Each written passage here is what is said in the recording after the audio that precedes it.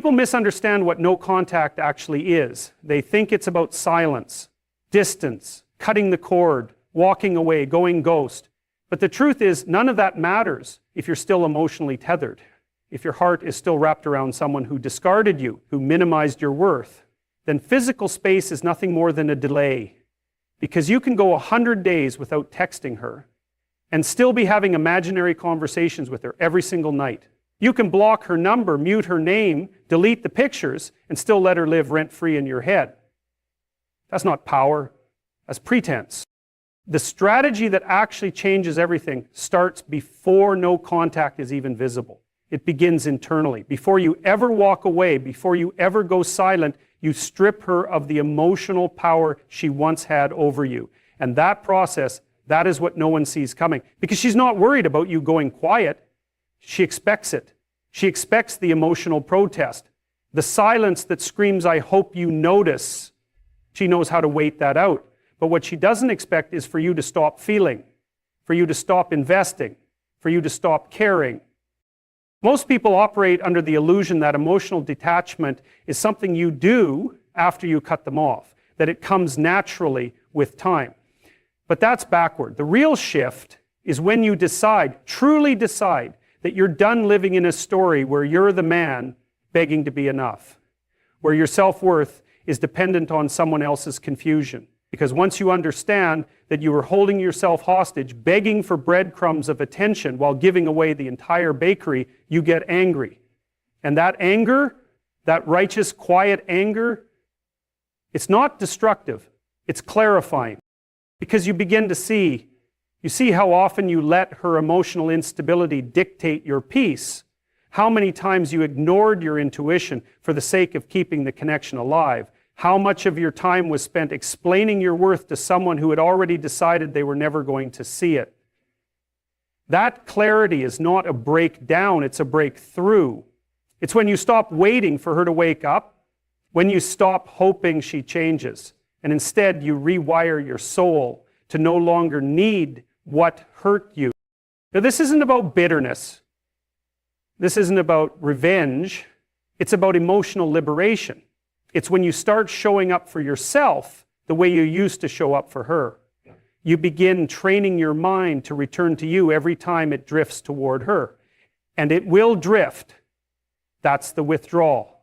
That's the addiction breaking. Because love can become a drug when you're trying to earn it from someone who weaponizes their affection. And when you stop seeking the hit, when you sit in the discomfort of your own healing, you begin to develop something that silence alone will never grant you. Detachment. And the paradox here is brutal, because the moment you detach, truly detach, is the moment she senses the shift. She doesn't know why, but she feels it. Your energy is no longer reaching for her. Your spirit is no longer invested. You're no longer radiating need. And that disturbs her more than your silence ever could. Because now, she's not the one choosing distance. She's not in control. She's not the center of your world anymore. You're gone, and not just in body, but in spirit, in presence, in emotional weight. And this is the moment she never prepared for, because she never believed you'd actually stop loving her. She assumed your love was permanent even if she didn't return it. She assumed your forgiveness was endless even when she didn't earn it. She assumed your patience was weakness, not strength. But now, without warning, you're not angry, not bitter, not loud. You're just done. And that silence, that energy, that indifference, it's radioactive.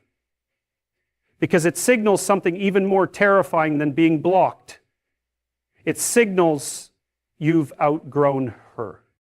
She sees it, maybe not directly, but she feels it in the way you no longer orbit her mood swings, in the way you no longer flinch at her silence, in the way you no longer post to be seen or speak to be heard. You're not performing anymore. You're present, but only with yourself. That's what changes the game. That's the strategy that rewrites the ending. It's not no contact for the sake of reaction. It's emotional closure without discussion. It's a quiet that doesn't ask for anything in return. And the most powerful part of it all is that she can't argue with it because there's nothing to respond to. You're not trying to make her see what she lost. You're not asking her to come back. You're not playing a game. You're just gone. And she can't win against a man who no longer needs her to lose. That's when the power returns to you, because you no longer need her to remember who you are. You finally remembered it for yourself.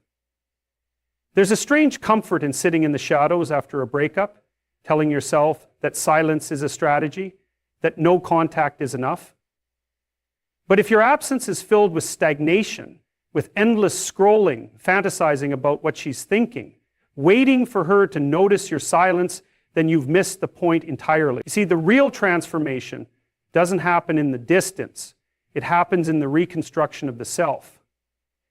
No contact without evolution is just avoidance dressed up as strength. The more powerful strategy, what they never see coming, is not just your disappearance, but the disciplined identity you build while you're gone. Because most people stay stuck in reaction. They define themselves by what they've lost, what they're no longer getting, who hurt them. And that might feel justified, even necessary for a while.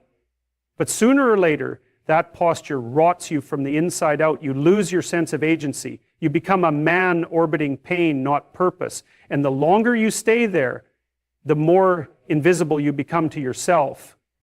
So what do you do instead? You reconstruct, but not emotionally. Not yet. Emotion will try to drag you into softness, nostalgia, self-pity. What you need now is something harsher, something heavier, discipline, cold, boring, mechanical, discipline. Not because it feels good, but because it forces your soul to become obedient to something bigger than hurt. You set a new routine. You decide that your mornings belong to physical effort, real sweat, not symbolic suffering. You wake up not to check if she's unblocked you or watched your story, but to push iron, to run hills, to breathe through discomfort. And as you push your body, something ancient starts to reawaken. Not joy, not yet, but control, stability. You remember what it feels like to choose your suffering rather than be at the mercy of someone else's chaos. You don't need therapy sessions with her ghost in your mind. You need action. You need friction. The kind of friction that rewires your biology and reminds you that you were never just a man abandoned. You were a man distracted. And now, with the noise gone, you can hear the voice you silenced for too long. The one that demands greatness, that despises passivity, that knows you were built for more than chasing love, that doesn't want to be caught. And here's the twist she never expects.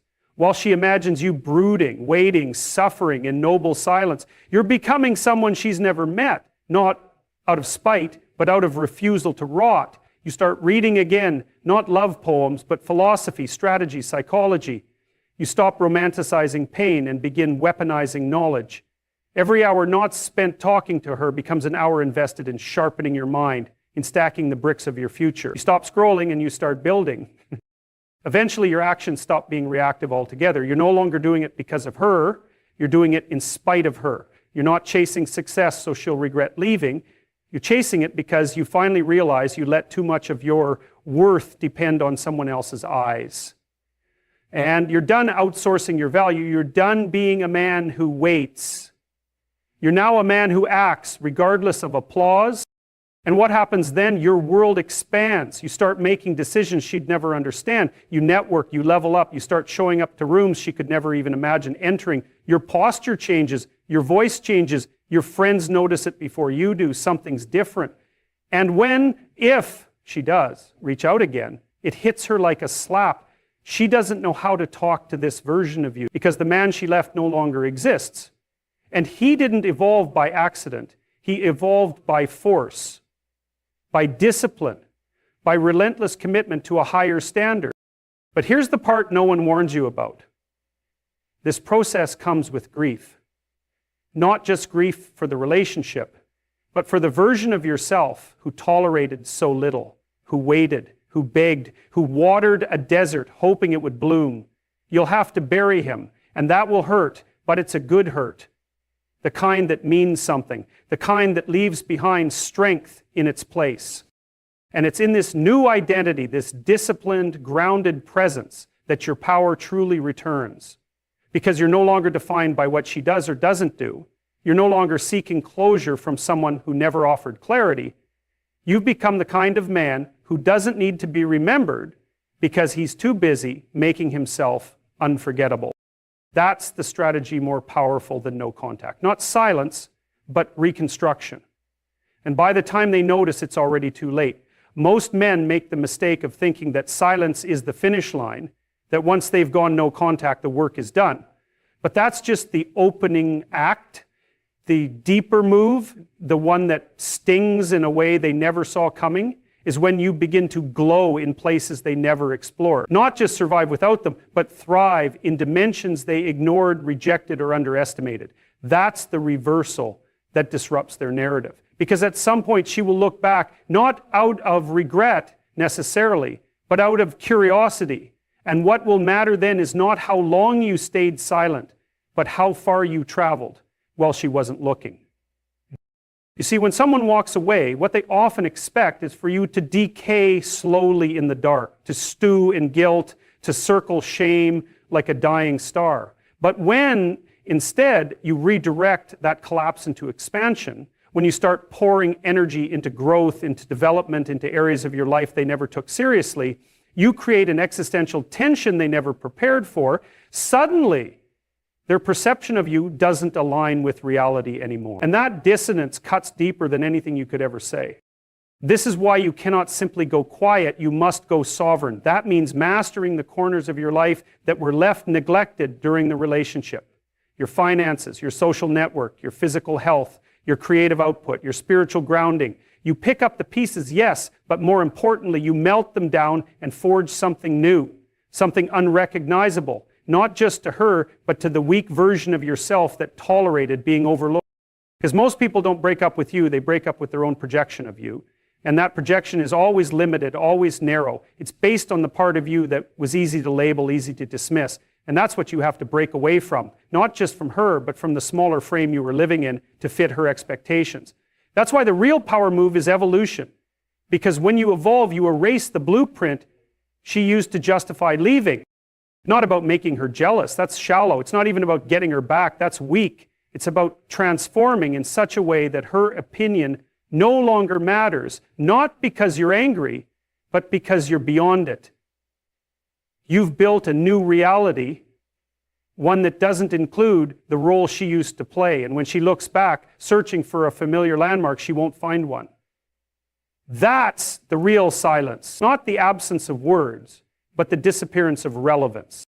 And you don't need to announce it. You don't need to parade it on social media. In fact, the less you say, the louder it rings. When your glow starts to reach places her presence never supported, the contrast becomes unbearable. She remembers the man she left, but the man you are now is a stranger. That distance is what compels reflection. Not guilt trips, not emotional manipulation, but radical self-differentiation. When you glow differently, you force people to confront their miscalculation. Now, there's a temptation here. When you start rising, when your life gets sharper, richer, more grounded, you might feel an urge to show her, to prove something. Resist it. That instinct is the echo of your old need for validation. Let it die. She doesn't get to witness this version of you unless she earned it, and she didn't. What you're building now is sacred. It's not for her. It's for you. It's for the man who stayed when everyone else left. The man who picked up his own pieces without an audience. The man who learned to stand so tall, he stopped fitting in old rooms. And yes, she might reach out. She might test the waters, poke the edges of your silence, send you some breadcrumb just to see if you're still orbiting her. But you won't be. You'll be busy. Busy building, busy becoming, busy belonging to your own life. And that indifference, not bitterness, not revenge, but calm, grounded indifference is the final fracture. That's when it hits her. She didn't lose you when she left. She lost you when you started glowing without her. So don't just disappear. Transcend. Let the silence echo, not with emptiness, but with expansion. Let her discover the void where your need used to be and the fire you lit in its place. The mistake people often make after walking away or being walked away from is assuming that clarity will arrive with time alone. But time doesn't guarantee healing. Time only offers you a space, and that space can either become a crucible where you transform or a swamp where you sink. What determines the difference is your ability to confront the truth you were trying to avoid while you were still holding on. And the most difficult truth for most people to face after a breakup, especially when they've done everything they could to fix it, is this: you were never fully seen. You were needed, you were used, you were familiar, but you were never truly understood. And now that you're gone, the vacuum left behind isn't just your presence, it's the realization that they never really knew you at all. There's a psychological violence in being misunderstood consistently by someone who claimed to love you. Over time, it starts to rot your sense of self. You start to fold yourself down, you edit your edges, you dilute your convictions just to maintain a version of peace that's built entirely on your own suppression. And you call that compromise. You call that loyalty. But it's not. It's quiet erasure. You disappear in slow motion while calling it commitment. So when you finally pull away, not as a performance, but as a necessity, the shift is seismic. It's not the absence of messages that hurts them. It's the sudden presence of their own projections, collapsing. They realize too late that you were not the person they told themselves you were. You were deeper, wiser, stronger, but they couldn't see it because they were too caught up in the role they needed you to play. And now that you've stepped out of that role, the illusion is broken, and what's left is confusion, guilt, maybe even a touch of admiration wrapped in shame. That's the burn. And here's the part that's hard for most people to understand. You're not obligated to explain yourself, not anymore. The time for proving your worth passed the moment they dismissed it. The temptation to clarify who you were, to finally be seen clearly, can be overwhelming. But that instinct is just your wounded self looking for closure. The real power is in leaving the misunderstanding intact. Let them wrestle with the false image. Let them realize, slowly, painfully, that they were wrong, not because you told them, but because the evidence of who you truly are begins to contradict everything they assumed about you.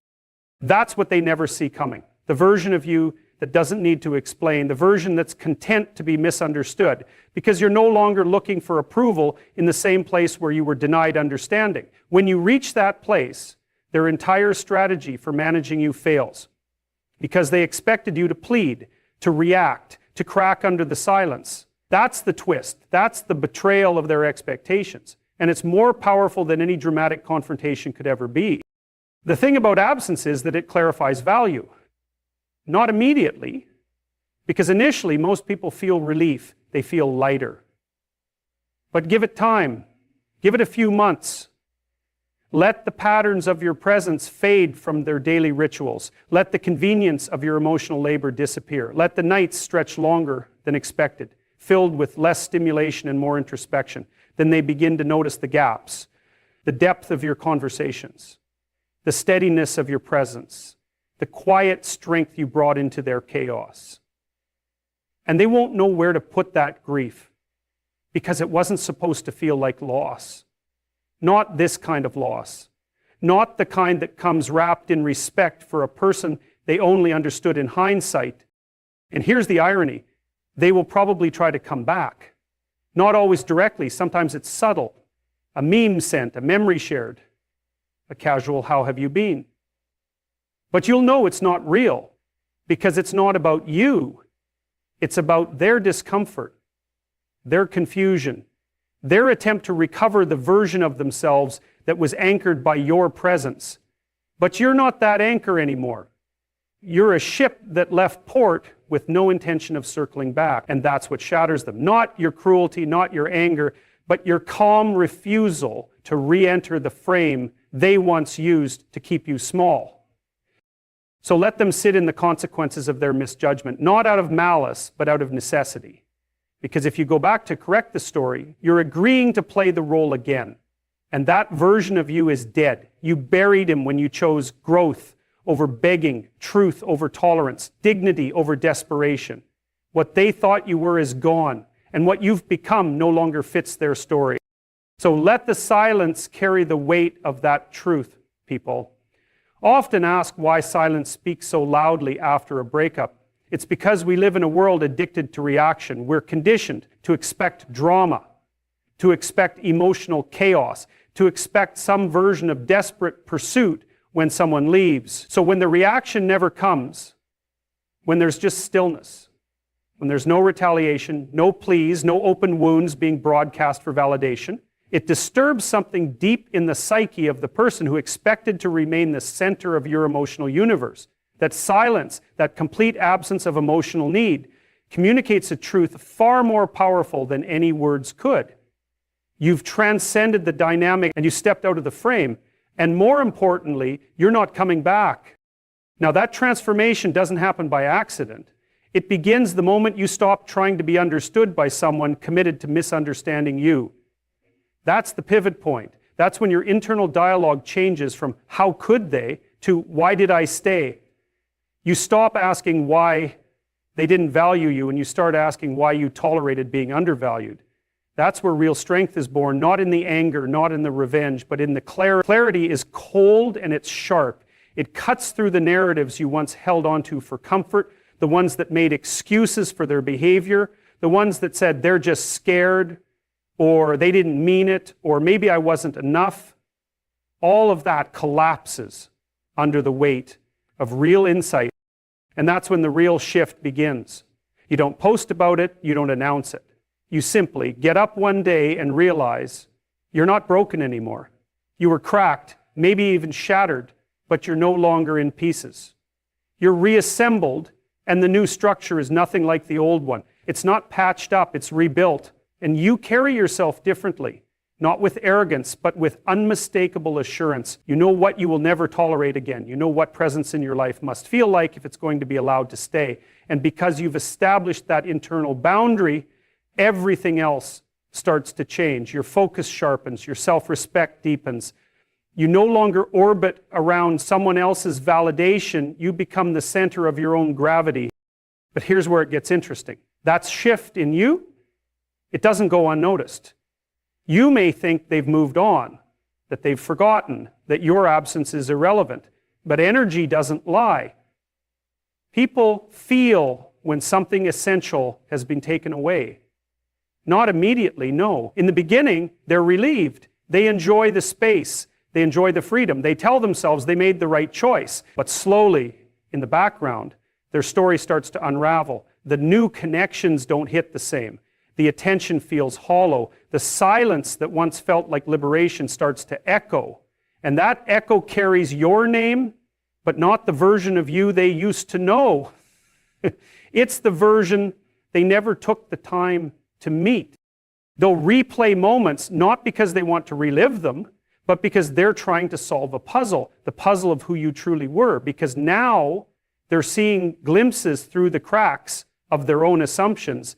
Maybe they hear about something you accomplished. Maybe a mutual friend mentions how grounded you've become.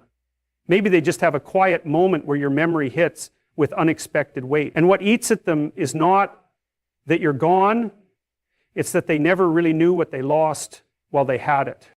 That realization lands heavy because they didn't just lose someone, they lost a chance at something rare. And now, no matter what they do, they can't reverse time. They can't go back and see you clearly in the moment. They can't unsay what they said. They can't undo the indifference. They're stuck. And you've moved, not on, but beyond.